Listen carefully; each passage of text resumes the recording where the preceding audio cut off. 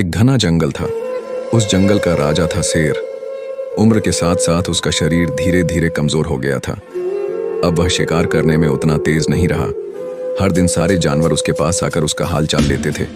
हाथी, भालू, हिरण, खरगोश, सब। पर एक जानवर कभी नजर नहीं आता था, गीदड़। एक दिन शेर ने हैरानी से पूछा, सारे जानवर रोज आते हैं, पर वो गीदड़ कभी क्यों नहीं आता? क्या वह मुझे भूल गया है? सभी जानवर चुप हो गए। किसी ने कुछ जवाब नहीं दिया। तभी वहां भेड़िया, जो अपनी चालाकी के लिए मशहूर था, आगे बढ़ा और बोला, महाराज, वो गीदड़ आपकी इज्जत नहीं करता। पूरे जंगल में ये बात फैलाता है कि अगर आप मर गए तो वह राजा बनेगा। शेर की आंखों में गुस्से की ज्वाला भड़क उठी।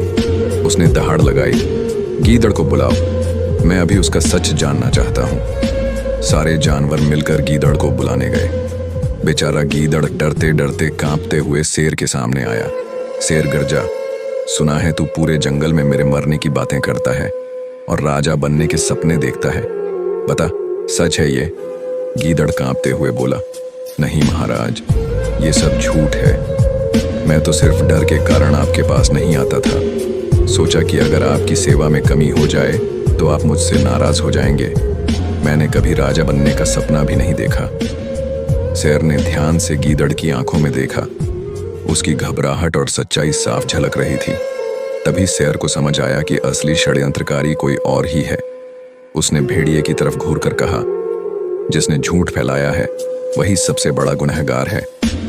सारे जानवर समझ गए कि भेड़िया अपनी चालाकी से गीदड़ और शेर के बीच दुश्मनी करवाना चाहता था। उस दिन से जंगल के सारे जानवर सावधान हो गए कि चालाक की बातों पर आंख मूंद कर विश्वास नहीं करना चाहिए।